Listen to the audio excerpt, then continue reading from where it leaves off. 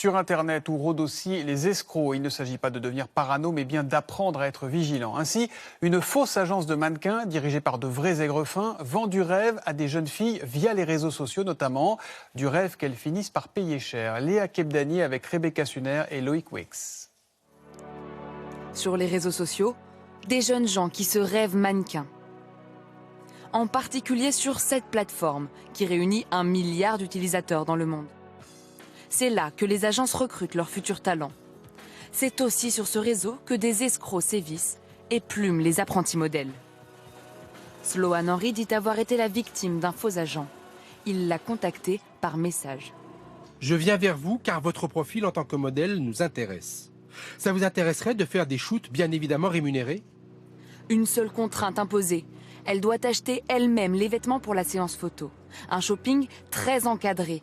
2 assistantes de l'agence l'accompagnent. Elles ne la quittent pas des yeux. Ils m'ont fait choisir des vêtements. Ils m'ont dit qu'il y avait des vêtements qui étaient imposés par l'agence. Que du coup, des vêtements que j'ai presque pas regardés. Arrivés à la caisse, ils m'ont dit que c'était moi qui allais devoir le payer avec ma carte.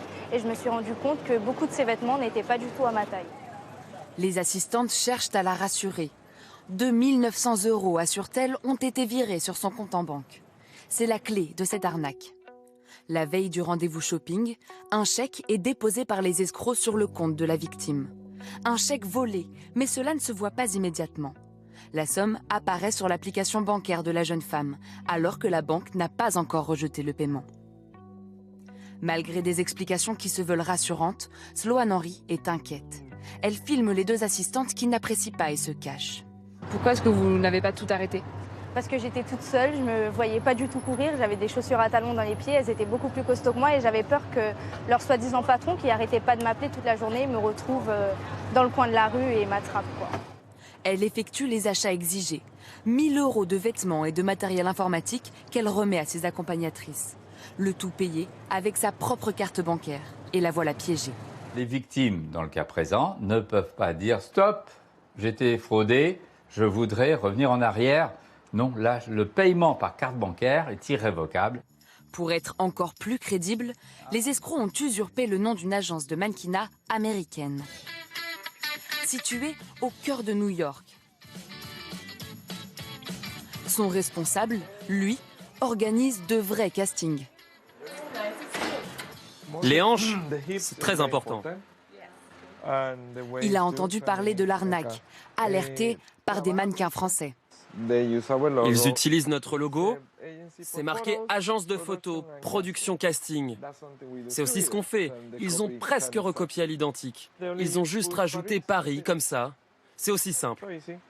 On veut savoir si on peut poursuivre ces personnes en justice ou essayer de mettre un terme à cette histoire. L'agence américaine a lancé une alerte sur les réseaux sociaux pour mettre en garde les mannequins. Certains ont perdu jusqu'à 3 000 €. Une trentaine de plaintes a déjà été déposée par les victimes.